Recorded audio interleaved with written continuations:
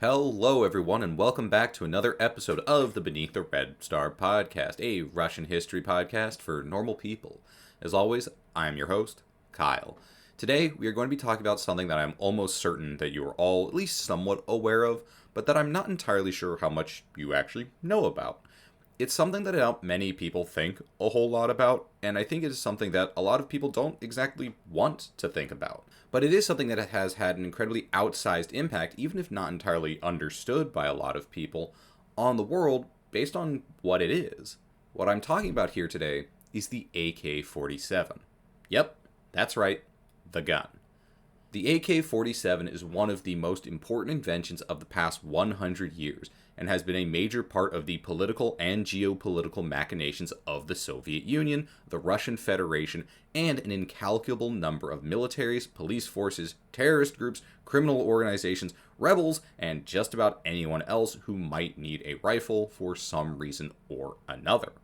Today, we are going to talk about the man, the gun itself, and how it became so ubiquitous that I'm almost certain that most of y'all have at least heard of the AK-47, if not can actively picture it, even if you aren't entirely interested in guns, military stuff, or political affairs. But before we can start, I want to do some term defining. I want to address the term AK-47. So first and foremost, the name AK-47 comes from the Soviet way of naming their firearms. The first letter would be the kind of gun it is. So in this case, this is A, automat, basically means like assault rifle. K is for Kalashnikov, that is the designer's last name. And then the 47 is the year that the gun was created. So altogether, we have automat Kalashnikova, or literally translated, Kalashnikov's assault rifle, year of 1947. The term AK-47 is a little bit misleading in some ways. So today I will be talking a lot about the AK, the AK-47, the Kalashnikov rifle, or any variation of these terms. I intend to use these interchangeably because the term AK-47, like I said, is a little bit of a fraught term because there are a number of people out there who might get a little bit angry at me describing everything as just an AK-47, and they may say something along the lines of that, well, what you're talking about in this instance at this time was not actually an AK-47. This is because the AK-47 is a specific type of Kalashnikov rifle that was only produced for a very short period of time. Basically, the AK-47 is really the first iteration of the gun, and then after that they have different names for what is the same gun, but with refinements. I don't really care. Like, you all understand what the term AK-47 means. You all can almost certainly picture it, and if not, you can look it up. These guns and their various differences are not minute to somebody who is interested in the history of the firearm, but for our purposes today, they are quite minute and mundane. So I do intend to refer to everything as an AK-47, or as I said, maybe the AK, Kalashnikov rifle, whatever. I'm going to be using these terms interchangeably. So to those of you who do care, I'm sorry, this probably isn't going to be the episode for you. So now that I've gotten that out of the way, let's go ahead and jump right in. To start, I want to tell you all the very quick story of the man who actually invented the rifle that we will be talking about today. This man would be a certain Mikhail Timofeyevich Kalashnikov. Mikhail Kalashnikov's history is somewhat shrouded in mystery. I didn't mean for that to rhyme, but hey. This is not because we don't have sources on him, or because he lived so long ago, or anything like that. Rather, it's actually because of the sources that we have. A lot of ink has been spilled discussing the life of Mr. Kalashnikov, where he came from, how he ended up designing his rifle, and kind of how he became the man that he would become.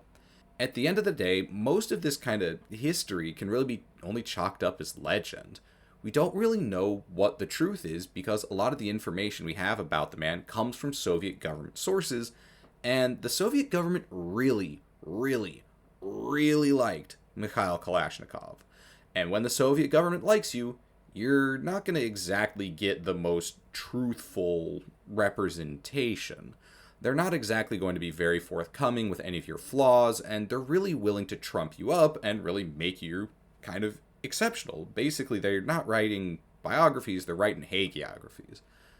So, I'm not going to really get into a whole lot of the finer details, I guess, of Mikhail's specific story. But rather, I'm just going to kind of give you all the spark notes that covers most of the information that is kind of understood to be pretty solidly correct. So, to start, Mikhail Timofeyevich Kalashnikov was born November 10th, 1919, in the town of Kurya in Siberia, where now there's a museum dedicated to him. Imagine that. As a child, Kalashnikov wanted to be a poet originally, and even went on to publish 6 different books of poetry. But this ultimately did not plan out. In the words of the man himself, when asked about his original intent to go into poetry, he said, "There are many bad poets out there without me." You know what? Fair.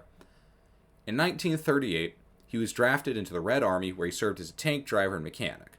By 1941, he would rise to the position of tank commander. But shortly after the beginning of World War II, he would be injured fighting against the Germans.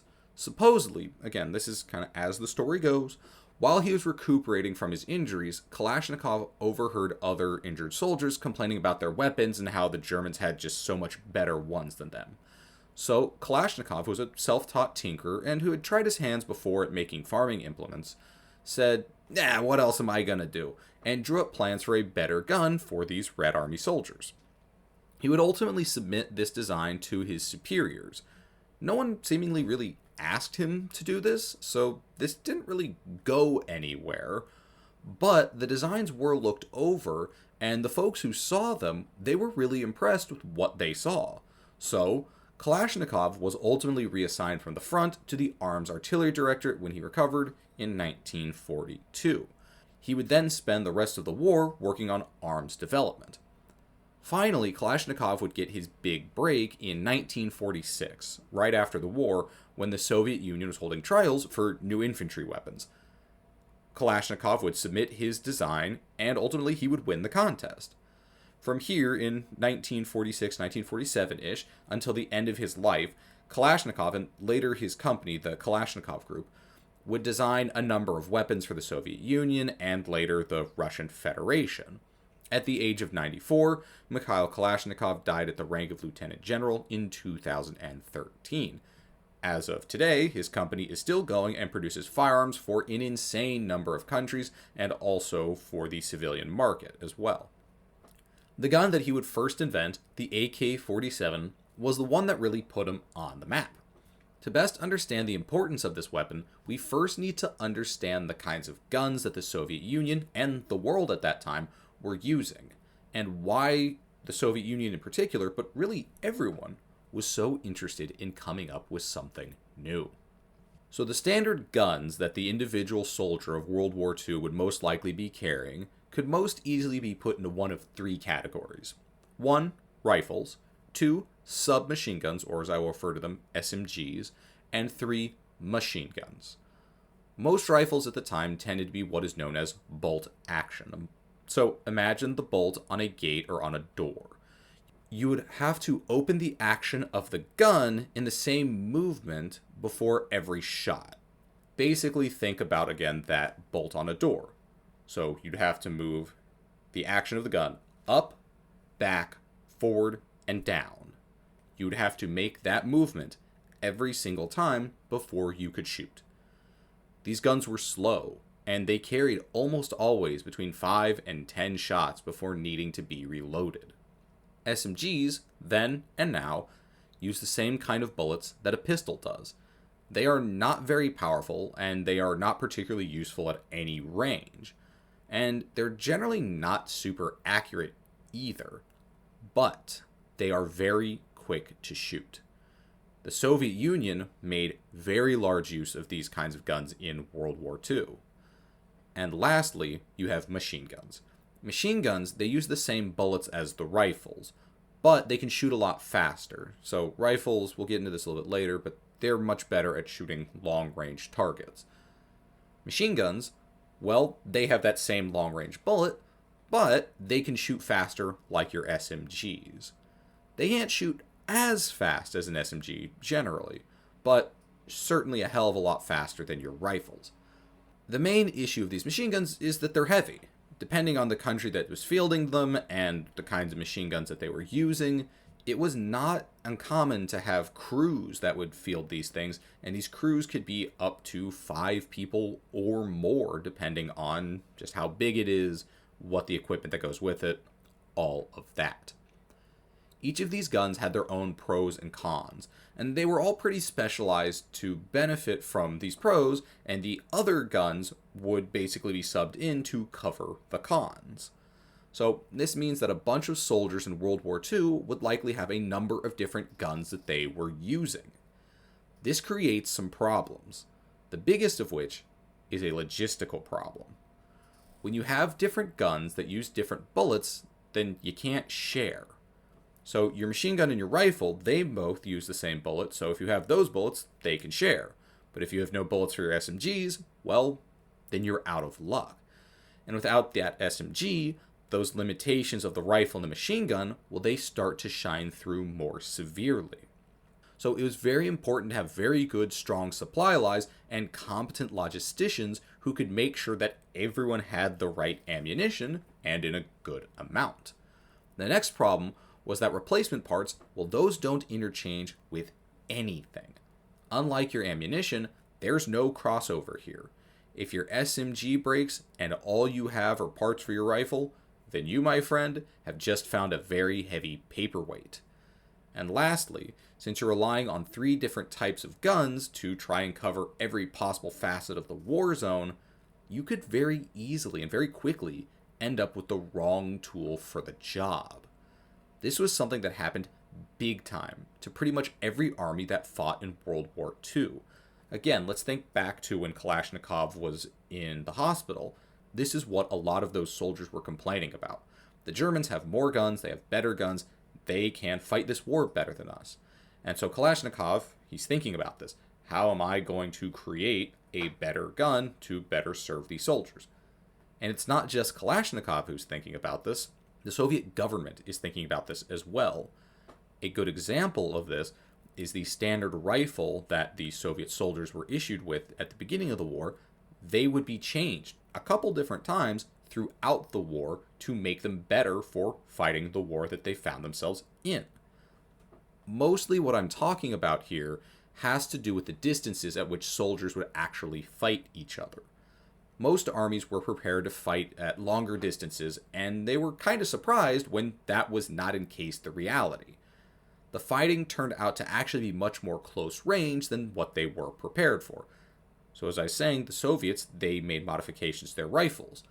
One of the biggest things that they did was just make them shorter, because they found that their big, long, heavy rifles that they were carrying around weren't great for the kind of fighting that they found themselves in, particularly in cities.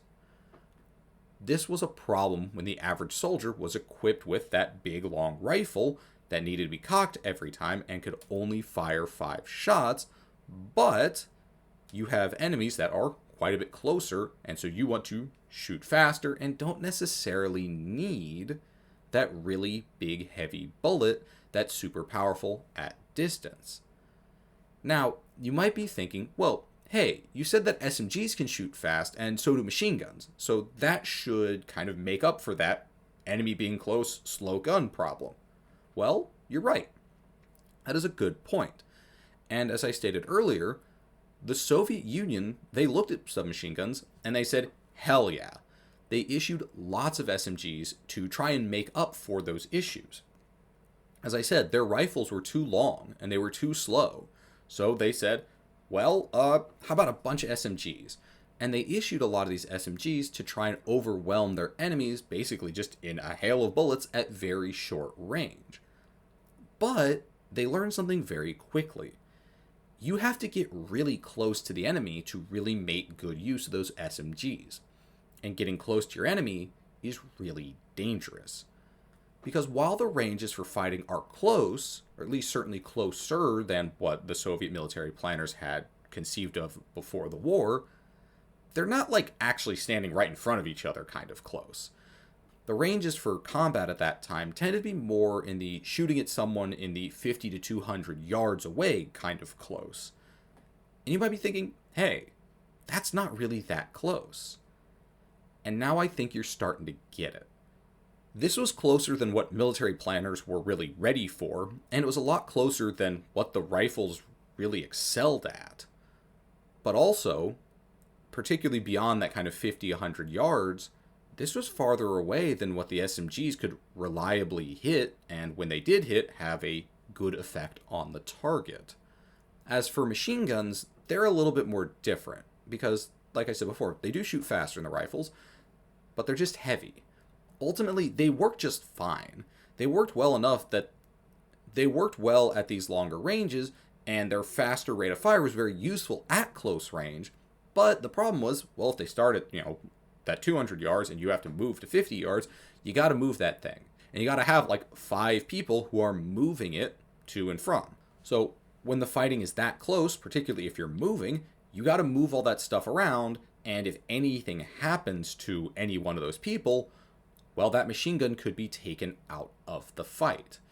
So to boil this all down, if you were running an army in 1942, you would have a bunch of soldiers with all different kinds of guns. They aren't really great necessarily for every aspect of the war that you're trying to fight. They don't share ammunition, at least not all of them, and they don't share parts. This sounds like a massive headache, doesn't it? Well, the Soviet Union certainly thought it was. The Soviet Union didn't just have to contend with its issues with its own weapons, it was also seeing the kinds of guns that its allies and enemies were bringing to the war. In particular, they were looking at the Germans. One of the weapons that really impressed the Soviet military was the German gun called the STG-44. The STG-44 seems to have fixed some of the problems that the Soviet Union was running into that I was talking about before. Mostly, the problem of having a bullet that was strong and accurate enough to be used at range while also being quick enough to shoot up close, and then also not nearly as heavy as a machine gun. The STG used what is called an intermediate bullet, or an intermediate cartridge, which is a bullet in between the size of your pistol bullets in your SMG and your big heavy rifle bullets in your rifle or machine gun. As well, the STG could shoot much faster than the rifle, but with that smaller bullet. And with that smaller bullet, the recoil wasn't too much, and it could still be quite accurate, even at range. Quite a bit more accurate than your SMG.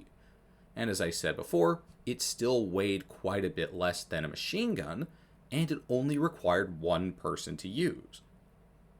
So, when the Soviets encountered this, they were very impressed.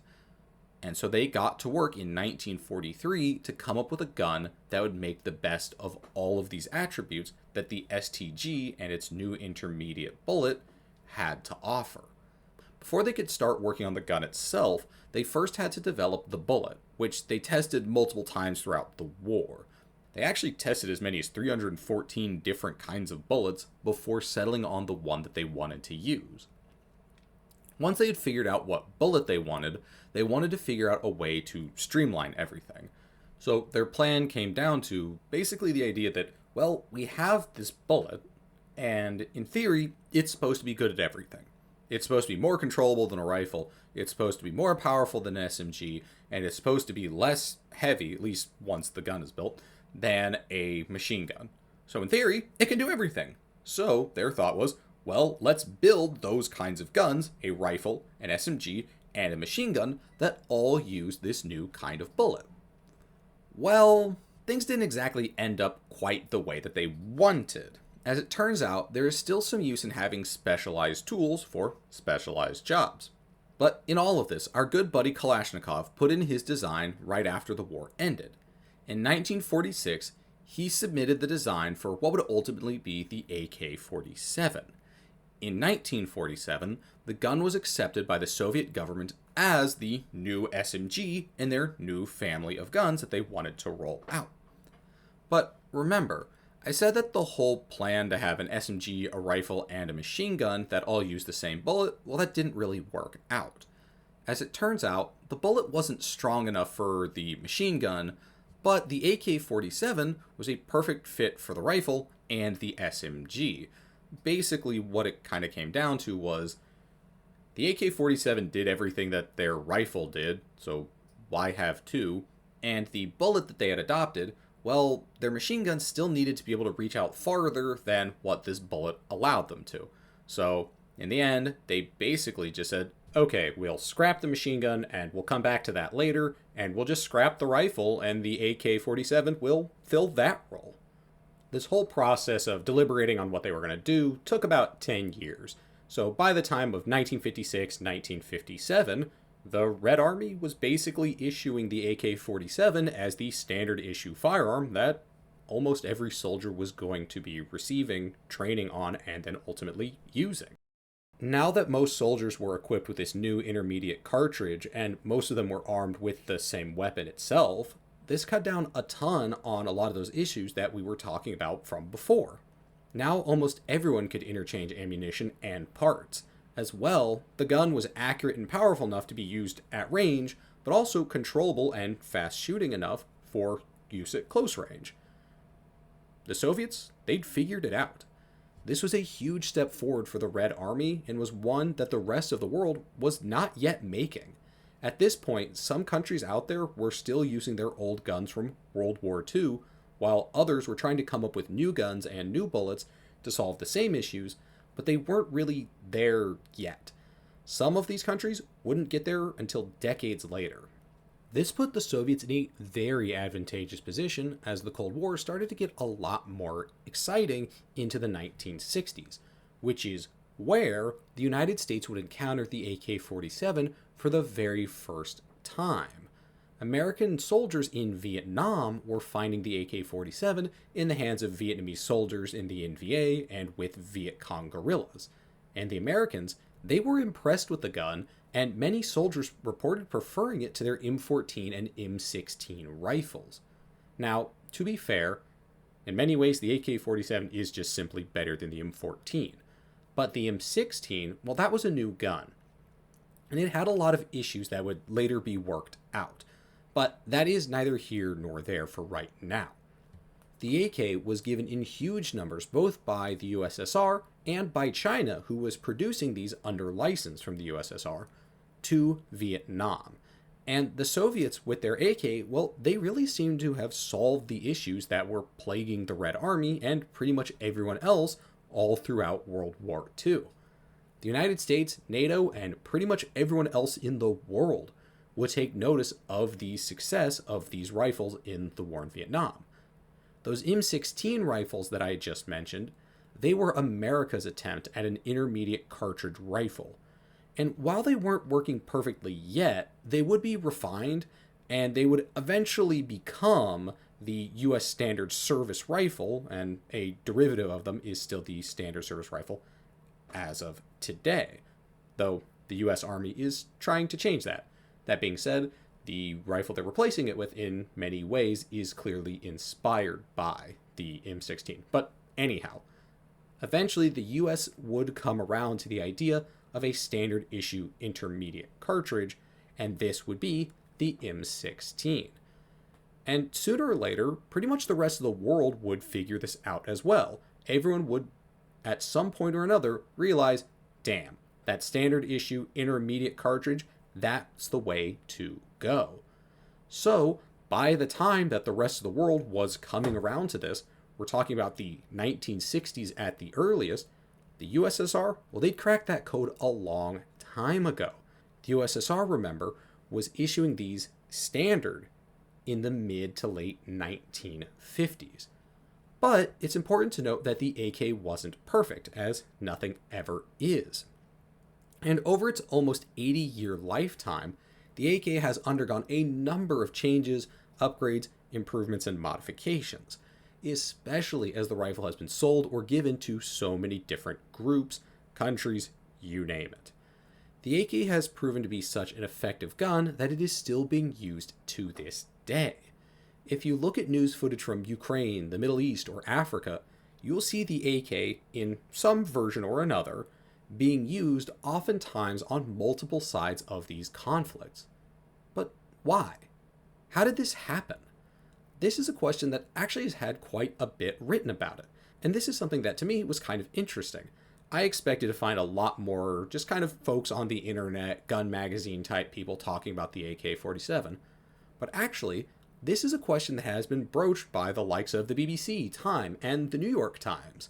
And what they found is that at the end of the day, this is actually a very simple question with a very simple answer. It comes down to the fact that the Soviets just made a whole damn lot of these guns, and they were not stingy with giving them out. But before we get into that, I would also like to talk for a second about the other main argument that you will see out there about why the AK has been so prolific in its use. And this is an argument that you will find everywhere. I have seen this both quite literally in videos on YouTube, in random blog posts that people make, on forums, but also in articles and even books written by scholarly professionals. And it's basically that the AK is just a super simple gun that is idiot-proof and easy to use. It's able to be a neglected tool that people like terrorists, warlords, and child soldiers just kind of naturally gravitate towards. Now, this is not to say that terrorists, child soldiers, and or warlords don't use the AK. Again, if you've seen any of the coverage of any of these conflicts that have been going on since basically the inception of the AK has ended up in not always the hands of the greatest people. But there is more to it than just a simple writing off of, well, it's a stupid idiot gun that stupid idiots and evil people can use. Oftentimes the AK is presented as some kind of almost magical thing that untrained people can just grab and use as some kind of cheat code almost for the alternative of a fine, fancy Western rifle. But this just doesn't really work for me. This argument, honestly, it always gets my goat. That there's some kind of understanding that the AK is for idiots, that the AK is like a terrorist gun. The argument is just so lazy, and I really do feel like it puts a lot of kind of stink on the people who use the AK as some kind of simpletons, which, don't get me wrong, I'm not here to defend the likes of the Taliban or Al-Qaeda or ISIS or any number of warlords, the government of Libya, Iraq, or China, or the Soviet Union, or anyone else, or their actions. But I also think that we can have a serious discussion about how they ended up with the arms that they did without just immediately assuming that, well, they weren't able of taking care of or using the more advanced tools that the West uses. Also, the thing that really gets me is it's not like the weapons used by the West are so much harder to manage. How do I know this? Well, the gun an army uses has to be usable by the lowest common denominator. And not to be mean to the people in American, European, wherever militaries, but the lowest common denominator, it tends to be fairly low. So clearly, the M16 or the M4 or whatever kind of guns that whatever military is using, well, they can't be rocket science because you're supposed to take basically anyone, be able to shove them in a uniform and give them a gun and send them off to the races. Rather, instead of just that the AK is just inherently suited for the revolutionary or terrorist type, in reality, what it comes down to is that arms dealing was a crucial part of the Soviet geopolitical doctrine. The Soviet Union engaged in a lot of the same kinds of activities that the United States did during the Cold War. Chief among them was propping up regimes in friendly countries and giving military and economic aid to friendly revolutionaries, rebels, terrorists, anyone who's going to be kind of pushing the ball for the Soviet cause. Basically, the USSR had a metric shit ton of these things, and they were willing to give them out to just about anyone who asked. To start, they gave technical data and even helped build factories in aligned countries. These would be countries like China, North Korea, Vietnam, Poland, Romania, among others that I'm certainly leaving out. They also would sell guns to unaligned states, such as Egypt, Syria, Iran, and a whole bunch of countries in Africa. And then they would sometimes even give guns to criminal, rebel, and terrorist groups all around the world who were either directly fighting against Western interests or for Soviet interests, or that the Soviet Union thought, hey, you know what, they're making headaches for our enemies, we may as well kind of just throw them a bone. In other words, the USSR was creating a very wide network spanning from their allies all the way down to people who were maybe not their allies, but that the Soviet Union wanted to have some amount of influence over, that would ultimately look all the way back to the Soviet Union to get their infantry weapons, or at the very least technical assistance and guidance. This gave the USSR lots of leverage over their allies, independent states, and entities. As well, this created a network of people who supported the USSR who were all standardized on the same gun, with the same parts and the same ammunition. This way, in the event of any kind of war, ammunition and weapon supplies would be easy to move around and distribute. NATO tried to do something similar with a common ammunition type, but ultimately this would not quite end up happening, not in full, until the Cold War was basically already over. Another reason the USSR was interested in giving its arms out across the world was this was a way for the USSR to make cash, which is something that the USSR desperately needed. As it turns out, even a communist superpower just needs a little money sometimes. The USSR was never totally cut off from the international market, but also the ruble wasn't a convertible currency, so the Soviet Union needed money on hand. Well, easy enough. If you sell about 1 bazillion rifles, and there you go. Now you have cash on hand to buy steel imports or whatever the hell else you need. This was a pretty good method of keeping money coming into the Soviet Union, and before its collapse, the Soviet Union was the #1 arms exporter in the world. Lastly, there was one other reason that the USSR was really into exporting guns. It created an economy of scale that the USSR could tap into in the event of a conflict, and or to help modernize their current lineup of guns. How this started was that we're producing all these guns for export, you see, and well, if we get invaded or whatever, well, those guns that are coming off the line say they're going to Iran, well, we just say, hey, sorry Iran, we got bigger fish to fry, and we just take them. The factories are already tooled up, and the hard part's already done. They're already going, making guns, and everything, at least all the kind of more expensive upfront stuff, it's already bought and paid for. Now we can just squeeze out rifles like there's no tomorrow.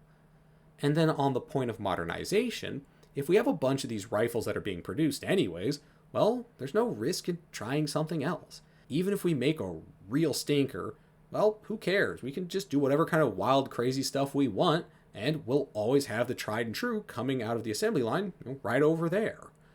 Between the Soviets, their allies, and a couple random entities who somehow wound up with the plans for the AK one way or another, or in one case, a certain country that reverse engineered the AK from a stolen copy, which we'll talk about that later, I promise.